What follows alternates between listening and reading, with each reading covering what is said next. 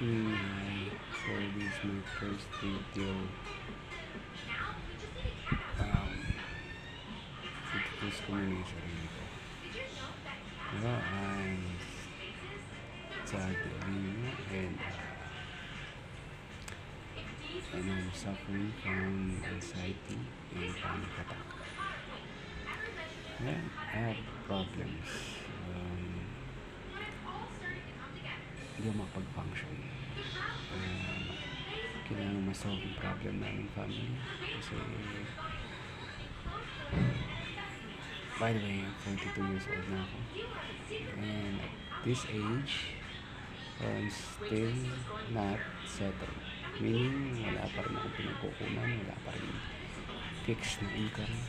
I'm really worried kasi hindi lang din ang business ko. And, ayun nga. Meron akong work sa Shopee. The best na ako pumasok doon. Siguro, kung all in all, pag dadagdag, pag ipa-plus lahat. Pero mga mga 10 beses na ako pumapasok. So, every time na mapasok, nahihirapan ako kasi meron na akong anxiety. Ayoko nang ginagabi. Meron sa utak ko na nagsasabi, hindi mo kaya yan, hindi mo kaya. Umuwi ka na, balik ka sa comfort zone mo. So, yun na. Hanggang ngayon, nag-iisip akong babalik ko kasi may nangangailangan kami. Wala nang pambayad sa upa ng apartment. Ngayon, basa-basa, makinig-kinig sa video, mga inspiration video. Pero mabigat pa rin. Pero ang ginawa ko ngayon, subukan ko. We'll see. Kasi bukas. Kasi ngayon, kinakabahan ako kasi bukas na yung papasok ako. Madami na akong excuses na sinabi sa akin, boss. Kaya di ako nakapasok. Andun yung may sakit ako. Pero totoo, natatakot ako. Panghirap kasi hindi mo alam ano gagawin mo.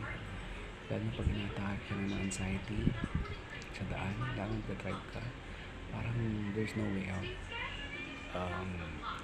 Sa isipin mo sa ayaw mo nang ulitin. Yun ang struggle ko. Kaya hirap ako. Pero sa bukas susubukan ko ulit kasi palagay ko yun ang makakapag solve yung problema ko kasi I'm a quitter. Aminin ko na I'm a quitter. I always quit when something gets tough.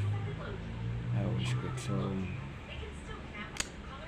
we'll see bukas kasi maaga yun eh. Kasi actually pagpasok mo sa Shopee, kailangan madaling araw or pwede ng 5 a.m. or 6 a.m. Pupunta ka doon, kuha ka ng mga parcel.